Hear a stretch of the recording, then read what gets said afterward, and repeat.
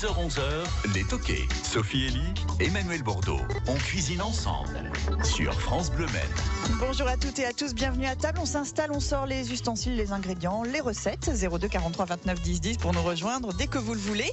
Et qu'allons-nous préparer aujourd'hui? Nous allons demander le menu à notre spécialiste culinaire sur France Bleu Maine, c'est Emmanuel Bordeaux. Bonjour. Bonjour, des préparations charcutières, charcutier. C'était le mot de base pour charcutier, ça veut dire chair cuite. Et ben on va en faire de la chair cuite avec des pâtés de campagne, des pâtés en croûte, des pâtés de lapin, des versions aussi créatives parce que le charcutier est de plus en plus créatif. Et c'est l'exemple avec notre invité du jour. Et puis on va parler de la viande qui sert évidemment à faire les charcuteries, le porc aujourd'hui. Et puis on apprendra aussi la différence, pour ceux qui ne la connaîtraient pas, entre terrine et pâté. Vous aurez une recette pour nous épater, Emmanuel aussi, dans le courant de cette émission. Délicieuse. Vos recettes à vous au 02 43 29 10 10, les terrines avec ou sans viande. Il en existe aussi aux légumes. Et puis ce serait effectivement pratique d'avoir un charcutier, aussi une éleveuse de porc avec nous. Ça serait pas mal ça, hein. Ah oui, ça serait bien. On va essayer de vous trouver ça. Vos questions, vos recettes, votre avis, appelez-nous 02 43 29 10 10. On cuisine ensemble sur France Bleu Maine. Le boucher, charcutier, traiteur, on l'a trouvé, c'est Étienne Poirier. Bonjour Étienne. On vous entend pas pour l'instant, mais ça va venir. Avenue Jean Jaurès au Mans, au cœur des saveurs. Et parmi vos fournisseurs, il y a une éleveuse de porc et de bœuf d'ailleurs qui est installée à Souillé. C'est Élodie Chanclou. Bonjour Élodie. Bonjour. Vous travaillez donc ensemble tous les deux? Tout à fait.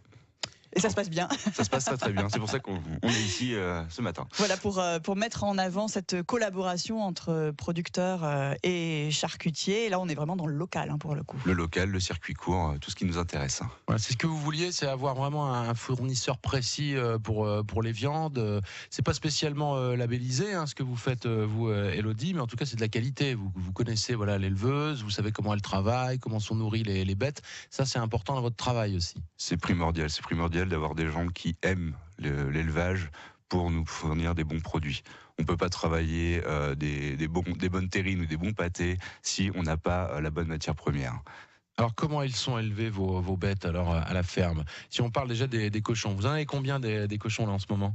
Alors en ce moment on a 170 truies. À peu près. Quand même.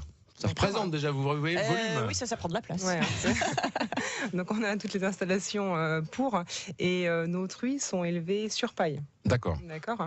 On a des naissances toutes les 3 semaines sur la ferme, ce qui nous permet d'avoir des porcs à vendre à peu près 6 mois après. D'accord, donc c'est le circuit complet, c'est-à-dire qu'il y a les mères, elles ont des petits, vous les élevez et après vous vendez cette viande. Ouais, c'est ça. Qu'est-ce qu'ils mangent? Parce que ça c'est super important, parce que c'est avant là, de les manger, il faut savoir ce qu'ils mangent eux. Exactement. Eh oui. Ah ouais. Alors ils mangent plein de bonnes choses, mes cochons. Ils mangent des céréales produites sur notre ferme. Ils mangent du maïs, du blé et de l'orge. Ça, c'est pour toute la partie céréales produites chez nous. Et puis, on a un complément, les minéraux, les vitamines, et puis un complément de yaourt aussi. D'accord. Ça, ils adorent. Ça apporte quoi le yaourt au cochon? C'est pour son plaisir à lui? Entre autres, ouais. Les cochons Par contre, adorent ça fait quand même beaucoup de vaisselle pour les petites cuillères, parce qu'avec 160 à laver tous les jours, c'est pas évident ça. Non, sans blague, ça apporte quoi le yaourt? Eh ben, ça vient compléter la ration. Ça nous permet d'avoir une ration équilibrée pour les porcs. Et puis, ils adorent ça. Vraiment. D'accord. On a combien d'épaisseur de gras après 6 mois? Il y a beaucoup plus de gras qu'un élevage traditionnel ou le porc est de moins en moins gras, c'est ce qu'on dit? Le porc est de moins en moins gras. En fait, on essaie d'adapter les animaux à ce que recherche le consommateur.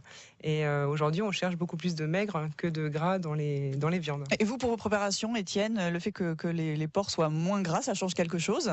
Non, ça change rien. Nous aussi, de notre côté, on essaye de dégraisser un petit peu nos produits, de les remettre au goût du jour. Donc, on préfère avoir plus de maigre, moins de gras, et comme ça, on peut travailler le cochon dans la totalité. Comme on dit, tout est bon dans le cochon.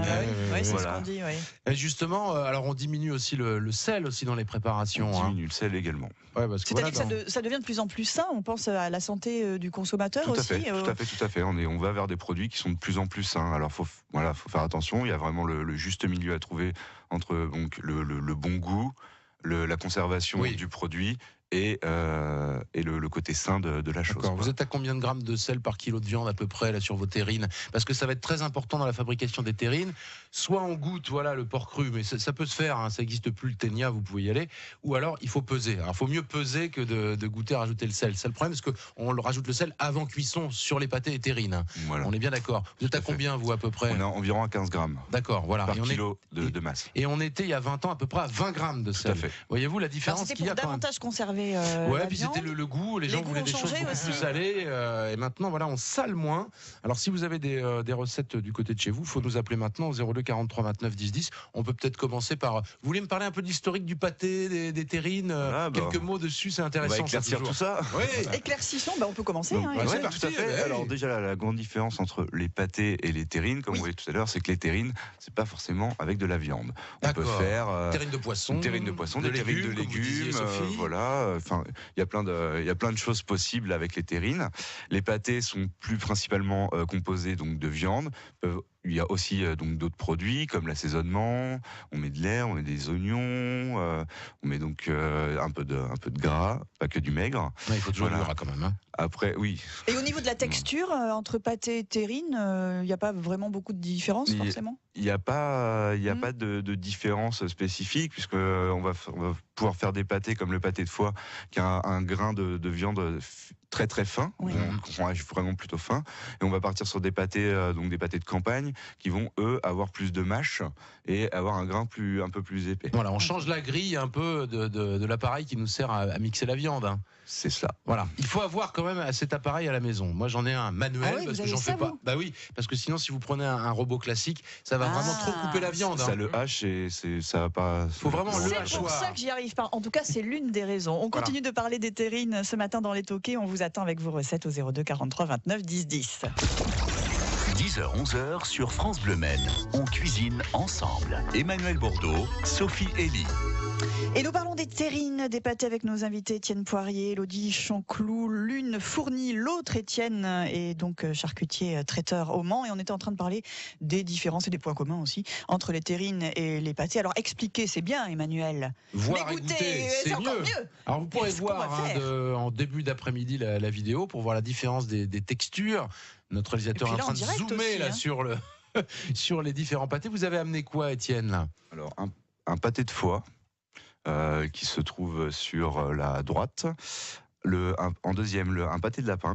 Donc, il contient également un petit peu de gras de porc. Toujours, Voilà. on ne peut pas faire du 100% lapin sur une terrine, on est bien Non. d'accord. Mais pourquoi Parce Mais que ce serait trop trop sec. sec. Ah oui, c'est à serait cause trop de sec c'est toujours et- l'histoire du gras. Eh oui. Et malgré tout. gustativement, le gras est un rétenteur donc de goût et permet d'améliorer vraiment l'onctuosité et le goût du produit. D'accord. Comme disait Enrico, le gras n'est pas superfétatoire, il est exhausteur. Ah. Et c'est très important de le savoir. Très bien. Poursuivons la Enrico démonstration. Goemio. Et le troisième, un pâté de campagne. Voilà. Tout simple. Moi, Tout j'ai envie qu'on simple. commence par ça, par la recette du pâté de campagne, accessible aux ménagères aussi, hein, si on a envie d'en faire. Le souci, c'est qu'on peut pas faire des terrines de 200 grammes. Il faut au moins 500 grammes de viande minimum pour faire une terrine. On peut Mais pas faire pourquoi, Emmanuel? On peut faire des mini terrines aussi si on veut, mais bon, généralement, on fait la belle terrine pour la table entière, quoi.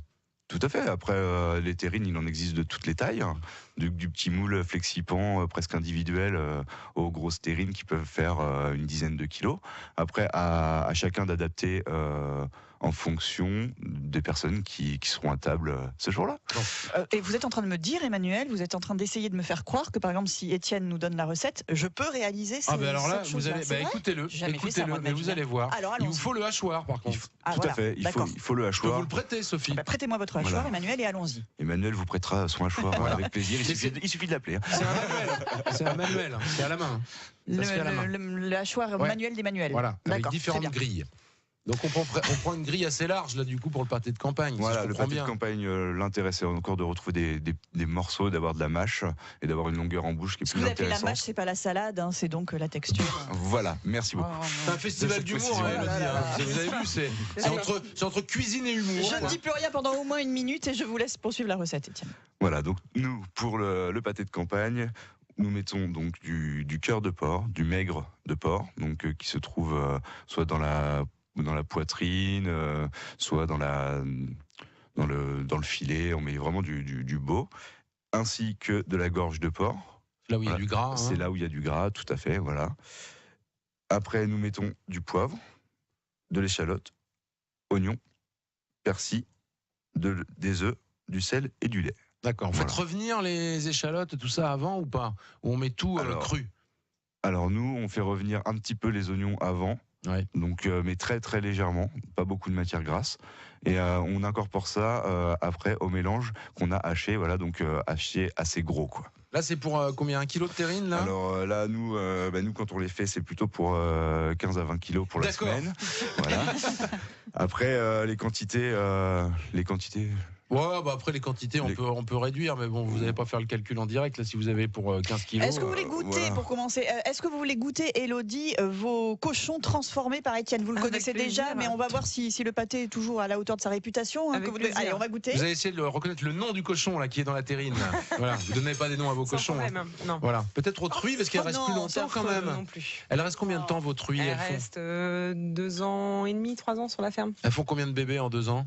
Elles en font 25 par an à peu près. 25 par an à peu près, voilà. Vous disiez tout à l'heure, Élodie, qu'elles sont élevées sur paille. Ça, en revanche, c'est vraiment pour le confort de l'animal quand on élève un cochon sur paille. Et le plaisir de l'éleveur aussi. Les deux, hein. Ah oui, on adore voir nos animaux sur la paille. Ben oui, c'est ça. Voilà, en bonne santé. Et pas l'éleveur, en revanche, sur la paille, ni le charcutier. Ah non, c'est pas le but. On vous l'avait dit, hein, c'est un véritable festival. Et elle fait ça en tranchant du pâté. Non mais on marche sur la tête. Mais alors, et comment je découpe ça? C'est affreux. Je ne pourrais être ni cuisinière, ni charcutière, ni serveuse. Donc pour le lapin, après, Étienne, on va faire quoi? 50% porc, 50% lapin? Ou alors voilà, tout à fait. Ouais, c'est bien ça. C'est tout à fait ça. Ouais. Voilà, tout à fait. Donc on prend le lapin, pareil, pas haché trop fin, toujours étant de retrouver une mâche intéressante. Et donc nous sommes sur 50% donc de lapin, 50% de porc. Sachant que le porc est principalement et uniquement du gras de porc dans le pâté de lapin. On met pas de maigre de porc. La gorge, là, on prend du porc ou du lard éventuellement. Voilà, tout à fait. Notre réalisateur va peut-être goûter lui aussi. On va faire une petite pause. Élodie n'a pas encore goûté. Passez l'assiette à Élodie, s'il vous plaît. Passez l'assiette, s'il vous plaît. On se retrouve dans un instant. Si vous avez des recettes de terrine ou des questions à poser à nos professionnels, 02 43 29 10 10. 02 43 29 10 10. On cuisine ensemble sur France Bleu Maine. Et nous sommes en pleine dégustation de terrine et pâté. Étienne Poirier, au cœur des saveurs, avenue Jean Jaurès au Mans.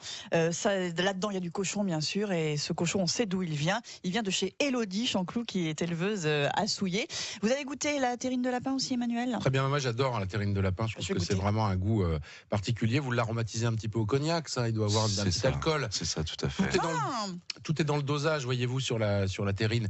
Et on sent là, voilà, le 15 grammes de sel au kilo. Voilà, c'est très abordable et on a plus le goût de la viande que le goût du sel. Le sel va booster le goût, certes, mais il ne faut pas trop en mettre. Non, et quand on a de la bonne viande, justement, c'est ça.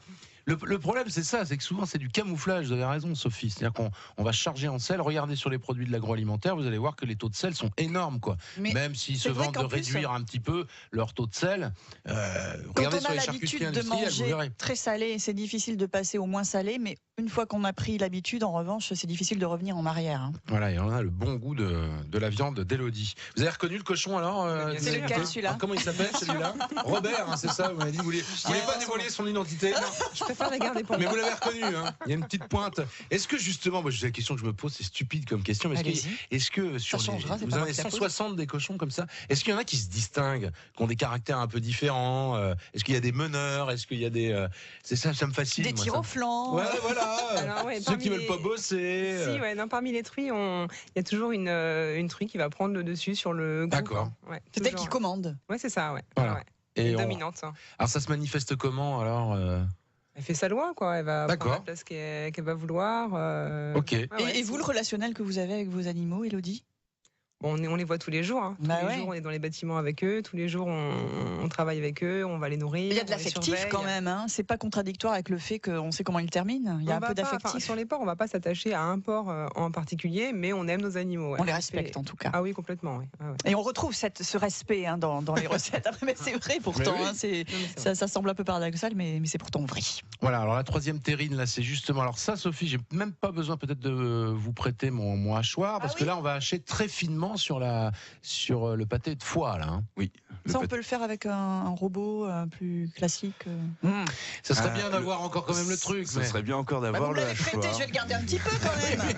Regardez-le. Et là, on prend la grille la plus fine. Voilà, la grille la plus fine. Là, on va chercher vraiment un produit qui est plus fondant et avec c'est fort en goût, donc la longueur en bouche est là. Il n'y a pas besoin d'avoir de la mâche pour avoir une longueur en bouche. D'accord. Et du coup, votre pâté de foie, vous, c'est foie de porc et foie de veau aussi. Oui, tout à fait. Alors pourquoi vous mélangez les deux foies comme ça?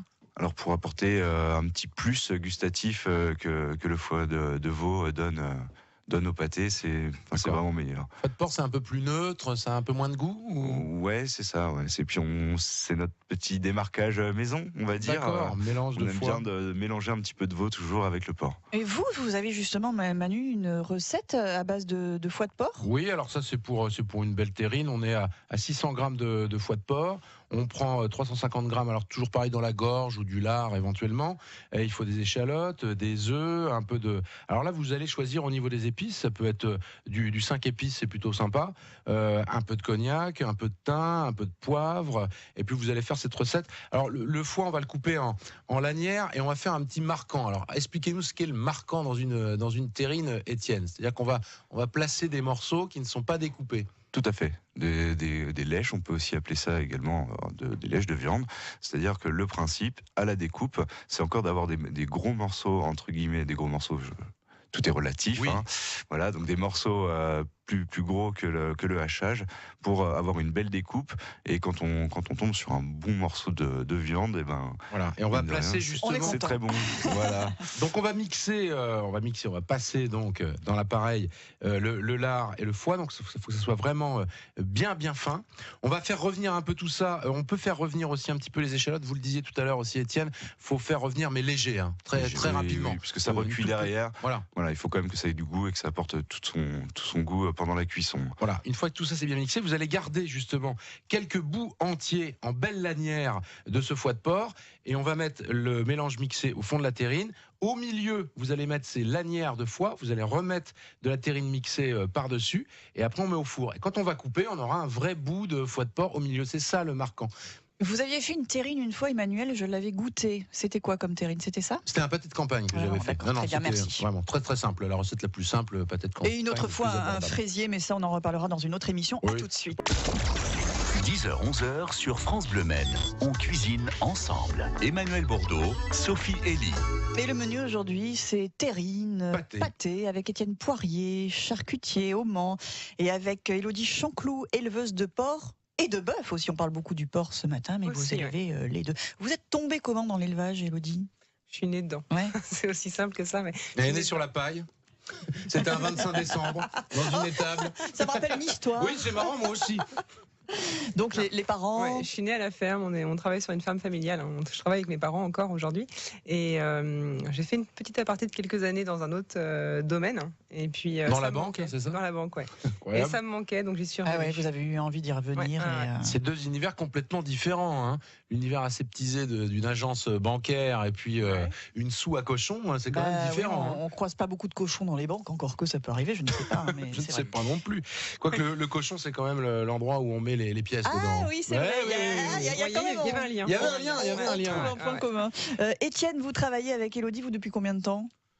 Nous, on a repris l'entreprise il y Ça a fait pas 11 très longtemps, mois, donc ouais. ça fait 10 mois à peu près qu'on travaille ensemble. On peut vous demander comment vous êtes rencontrés ou c'est votre vie personnelle? Je ne sais pas. Non, pas du tout. C'est par le biais d'une connaissance en commun. On sait, voilà, je voulais travailler avec un éleveur, elle voulait travailler avec un boucher, donc voilà, l'histoire. Et vous vous êtes trouvés L'histoire comme s'est ça, commencé comme voilà. ça. A commencé comme ça. Pardon. Vous êtes Et allé ça se voir passe l'exploitation, vous avez Oui, rencontré. tout à fait, voilà, oui, tout à fait. voir comme ça, c'est bien, c'est vraiment Ouais, bien, parce c'est- qu'au moins vous savez après On comment c'est sait fait. ce quoi. qu'on travaille, tout à fait. Exactement. Comment vous le mangez, vos porcs, vous les mangez comment? Est-ce que vous les mangez? Et oui, je les mange. Vous aussi, vous les mangez? Vous Moi, avez une j'aime- petite recette de maison, hein, ce que vous faites au quotidien, de temps Ouais, en temps? j'aime bien faire du rôti de porc dans l'échine, sans os. Et je mets ça avec du miel, de la moutarde, des petites herbes. C'est super bon. Tout ça au four, et puis. Tout ça au four, ça cuit assez longtemps, mais c'est un délice. Ça cuit D'accord. longtemps, mais on est d'accord, on va quand même avoir une viande qui reste tendre. On le dit toujours que le porc, il faut pas trop le cuire comme on le faisait avant, ça c'est fini. Non, c'est pas sec du tout. Hein. Ça cuit un D'accord. moment, mais c'est pas sec. Et du coup, les chines, c'est quelle partie de l'animal? C'est le dos, C'est l'avant. ça L'avant. Ouais. D'accord. C'est Donc il n'y a pas trop de gras non plus dans les chines ou... C'est persillé comme viande. persillé quand même, ouais. Moi, je sais pas pourquoi, mais j'aurais bien gardé l'os là-dessus. Ouais, c'est marrant, hein. Non, c'est Étienne en fait qui m'a Tout à fait d'accord. Tout à la fait petite d'accord. astuce, Étienne. Moi aussi, j'aurais bien gardé ouais, l'os. moi aussi, hein, c'est vrai. Marrant, ça. Alors, Ouais. tout d'abord pour le côté gustatif et le maintien au niveau de la cuisson, c'est-à-dire que moi, ce que je fais à la boutique, c'est que quand on nous demande un rôti dans les chines, on sépare les chines de l'os avant la cuisson. Accru, donc. Accru, tout à fait. Voilà. D'accord. Donc on la désosse devant le client, on désosse notre échine. Après, on fait notre ficelage de rôti avec l'os. Et comme ça, une fois que c'est cuit, vous avez juste à couper la ficelle, enlever l'os, et vous n'avez plus qu'à couper les chines. Impeccable, c'est une Voilà. super technique. Et l'os va donner du goût. L'os va donner du goût, tout à fait, à la préparation. Ah oui, ça c'est indéniable. Ça, c'est pas mal, voilà. À une bonne tenter idée. comme ça, Une Élodie. bonne idée, j'essaierai. Ouais. Ouais, parce qu'on cuit pas à l'os, parce qu'après c'est un peu compliqué à découper, Voilà. ça fait pas des belles parts. Voilà. Mais fait comme sauf ça, si on est c'est un pas mal. professionnel évidemment. Mais c'est une bonne idée, ça, voilà, l'os détaché et hop, après, hop. Et voilà. Il n'y a plus puis qu'à. l'os. Il y a plus qu'à. Et l'os, on le donne au chien après, il est content. Quelqu'un veut encore un petit bout de pâté? Il m'en reste. Bon, on va peut-être être sur la. Oui, je veux bien. Oh, c'est vraiment la charcutière. Hein. Impeccable. Donnez-moi un petit bout de pâté de foie, là. Moi, j'ai C'est celui-là, voilà. oui, je l'ai reconnu. Attends. Bien mixé, ça c'est bien. Pour la laine, c'est pas top, mais c'est vraiment très bon ça. C'est vraiment fin. Est-ce qu'on peut aller sur des choses un peu plus créatives? On avait dit au téléphone en préparant un petit peu l'émission, Oui. le pâté en croûte, parce que ça, c'est une véritable révolution, chers enfants. À Paris, ils ne jure que par ça. Il y a même des mono-boutiques qui ne vendent que du pâté en croûte. Ah bon? C'est devenu très très à la mode. Ah oui, vous ne saviez pas ça. Ah, Mais pas du tout. à Paris, tout le monde ne parle que de ça. Hein. Vous D'accord, prenez c'est dans parce la que je suis rue, pas allé à Paris depuis longtemps, c'est peut-être pour ça. Non, mais c'est revenu à la mode un peu le Tout à pâté en fait. croûte. Tout à fait. Et ça revient à la notamment mode. les syndicats de charcutiers essaient de réhabiliter ce formidable produit. C'est vrai que c'est bon. Hein. Vous en faites, Étienne, vous C'est alors? bon, oui, Ouais. on en fait. On fait du pâté en croûte Richelieu, ce qu'on appelle, donc avec une mousse de foie gras à l'intérieur. Ah ouais, pas mal. Voilà. L'intérêt du pâté en croûte, c'est qu'on peut le travailler de différentes formes, de différentes façons, avec plein de produits. Et voilà, donc la croûte va permettre vraiment à ce que le produit il cuise à l'intérieur donc de la croûte de pâte à pain, grosso modo. D'accord. Ou Et de c'est pas pâte. une pâte feuilletée? Ça dépend. Ça peut D'accord. être une pâte à pain, ça peut être une pâte feuilletée, ça peut être une pâte à pâté. Donc, D'accord. une pâte qu'on fera uniquement pour les pâtés en croûte. Mhm. Et donc voilà. Donc l'intérêt, c'est de confiner vraiment les produits à l'intérieur de cette croûte pour vraiment développer tous les arômes pendant la cuisson. D'accord. Et après, c'est vrai que ça fait des belles tranches aussi. Ça fait des belles tranches. mange ça Comme comme on ça. disait tout à l'heure, on peut mettre des marquants donc de toutes les couleurs. On peut faire une farce à la volaille, par exemple, en médaillon. Farce milieu, volaille ouais. pistache, des choses comme ça qui se retrouvent vraiment dans les pâtés assez souvent, des petits champignons, des choses comme ça, qui permettent d'avoir des marquants qui sont super sympas à la découpe et qui vont apporter un côté gustatif un petit peu nouveau. Voilà, et c'est devenu comme l'éclair, comme le macaron, un espace de créativité. C'est-à-dire qu'on a une base, et puis après, Et après, dedans, on on fait peut ce qu'on créer veut. plein On de fait, trucs. on fait ce qu'on veut. On peut mettre de la joue de porc confite pour rester vraiment dans le porc. Voilà, des choses complètement différentes et généralement ça se passe très très bien en bouche. Il nous reste quelques minutes pour parler encore des terrines, des pâtés sur France Bleu Maine. Si Moi, vous je veux avez une recette d'auditeur, allez-y. là. Bah oui, ils sont C'est- pas venus ce matin. vous en 02 faites 43 pas. Faites pas 29 de 10 terrine. 10. Vous en faites pas? Ne Prouvez faites le pas. contraire, s'il vous plaît, on vous Montrez-le attend. nous. 10h, 11h sur France Bleu Maine. On cuisine ensemble. Et les auditeurs de France Bleu Maine ne font pas de pâté, pas de terrine. Voilà, c'est dit comme Ouais, ça mais maintenant. ils font- On en ils font- est c'est sûr. comme ils veulent. Hein. Étienne Poirier, lui, il en fait. On peut les trouver avenue Jean Jaurès, au cœur des saveurs. C'est le nom de cette boucherie-charcuterie que vous avez reprise donc il y a peu de temps. Hein. Tout à fait, ça faisait déjà 50 ans qu'elle était là, Ouais. quasiment. Ouais, c'est un dinosaure de la boucherie sur la Sarthe. Vous avez quel âge, Étienne? C'est important pour les auditeurs. Je vais sur mes 27 ans. D'accord. Donc c'est rare quand même. Et vous avez quel âge? pareil pour Ça Élodie, ne hein. demande pas Bah une non, femme, bah mais oh, bon. bah si. Je vous répondrai quand même. Les Voilà. choses ont 30 ans. changé. Ouais, 30 c'est ans, vrai. voilà. Alors, est-ce que vous êtes nombreux à reprendre comme ça? Parce qu'on s'aperçoit, on regarde dans l'actualité tous les jours, il y a des charcuteries qui ferment en Sarthe, de plus en plus d'éleveurs, notamment, qui ont du mal à trouver la relève. Est-ce que vous êtes nombreux? Est-ce qu'il y a de plus en plus de gens qui ont envie quand même de faire ces métiers-là? On sait que non, il faut lutter, il faut se battre. S'il y a des jeunes et des parents qui se disent, tiens, j'aimerais que mon fils soit charcutier, il a envie, ça vaut le coup, ce métier? C'est intéressant. Oui, ça vaut le coup pour les gens qui ont envie de travailler, vraiment de bien travailler avec leurs mains, des bons produits comme on fait. Si on vise le bon, ça vaut le coup. C'est des métiers où on fait des heures, mais où il y a beaucoup de débouchés, quoi. Il y a du travail dans ces métiers-là. Là-dessus, c'est indéniable. Après, voilà, faut pas avoir peur de faire des horaires C'est ça qui met un frein aussi, parce que vos bêtes, il faut bien qu'elles mangent tous les jours aussi, donc vous êtes obligé d'être tout le temps là, vous pouvez pas prendre de vacances. On arrive à prendre des vacances, mais c'est comme en agriculture de toute façon. C'est un très beau métier, mais ça demande beaucoup de concessions. On doit y être au quotidien, les week-ends, tout le temps. Tiens, Patrick est là, j'ai Il a l'impression. relevé le défi, il a eu envie de nous montrer que si les auditeurs de voilà. France Bleu font des terrines et des pâtés. Patrick, bonjour. Bonjour. Soyez le bienvenu, Patrick, Merci. à table. Qu'est-ce que vous Merci. cuisinez, vous, Patrick? Moi, quand je cuisine, on va pour une terrine de pâté. Moi, j'aime bien faire une terrine de pâté de foie de canard. Ah, Ça change un petit peu. alors Oui. c'est pas du foie gras, c'est du foie de canard qui n'a Non, pas été engraissé. Hein. C'est du foie de canard. D'accord. C'est pas du foie gras. Hein. C'est pas les foies qui ont été gavés. C'est le Très bien. foie normal. Hein. D'ailleurs, si on n'a pas de foie de volaille, on peut mettre moitié foie de volaille, moitié foie de canard si on trouve pas. Mais c'est de mieux de mettre du foie de canard. Comment vous procédez, Patrick? Alors, moi, j'utilise de la gorge et de la poitrine de porc, mais de cochon fermier, hein, de cochon de très très très bonne qualité, hein, Très bien. obligatoirement. Mais moi, je fais 3 tiers. Je mets 1 tiers de foie, 1 tiers de gorge et 1 tiers de poitrine de porc. D'accord. Poitrine pas trop grasse entre deux, Mhm. plutôt côté gine que côté mouille. D'accord. Ouais, il est précis Oui. hein, au niveau des Très des précis. pièces, hein. On a un charcutier, Voilà. un chef charcutier là. Oui, donc si j'en fais 3 kilos, je mets 1 kilo de gorge, 1 kilo de poitrine et 1 kilo de foie de canard. Alors je hache le foie très fin, c'est-à-dire l'équivalent d'une plaque du steak haché, voyez-vous. D'accord. Donc je hache le foie et ensuite le gras, la gorge et la poitrine, je la hache, c'est-à-dire avec une plaque équivalent chair à saucisse. D'accord. Donc ça, vous avez le matériel aussi. Mais vous êtes un professionnel, Patrick, ou quoi, là? Non. Non? Eh ben, écoutez, vous avez les félicitations du Ah oui. charcutier en chef ici. Attends, Patrick, c'est pas- juste, oui, mais je suis vraiment désolée, Patrick, Ah juste, bon j'ai un petit reproche à vous faire. Vous nous appelez vraiment tard et c'est déjà la fin de l'émission. D'accord. Parce qu'on met du persil, on met de l'oignon, on met de l'échalote. Eh ben, vous nous la préparez, vous nous l'amenez à la radio, d'accord? On fait comme ça? Merci, Patrick. Doucement dans une terrine au bain-marie. Il continue quand même. Et pendant combien de temps? C'est parfait. Pendant combien de temps la cuisson, Patrick? Dernière question. Ça dépend de la terrine. Si c'est une terrine, par exemple, d'1 kilo, par exemple, puisque si on fait 3 terrines d'1 kilo, on va cuire ça à 180 pendant 1h30 à peu près. On le couvre au départ avec un papier d'alu ou avec la cotte de maille. Ouais. Et on le couvre à moitié cuisson. Et après, pendant, allez, on va dire, une petite heure, 50, 40, 50 Rappelez-nous minutes. demain, Patrick. Ça marche. On vous attend demain, Ah, bah, d'accord? c'est bon. Eh ben, je vous remercie. Allez, merci Patrick d'avoir Au appelé. revoir. Étienne, merci beaucoup au cœur des saveurs, avenue Jean Jaurès, numéro combien? 68. Élodie Chancou, elle est à Souilly, mais on retrouve ses cochons chez Étienne, donc c'est parfait, la boucle est bouclée. Merci à tous les bientôt. deux. À bientôt. Merci à vous. Merci. France Bleu Maine. France Bleu Maine, les toqués. Demain, il va y avoir de l'ambiance aussi dans les toqués. Ah oui. Ça va être ambiance conte éveillé au coin du feu, parce que les contes, ça se déguste aussi. On va faire un petit clin d'œil aussi à Manu Vuitton qui a rouvert l'épicerie du Pré qui avait brûlé. Ça, c'est une très très Au mois bonne de mai nouvelle. dernier, oui. Petit coup de fil à Mehdi Dao qui fait des légumes géants et qui gagne plein de concours. Tout ça, c'est demain dans les toqués. France Bleu, Maine.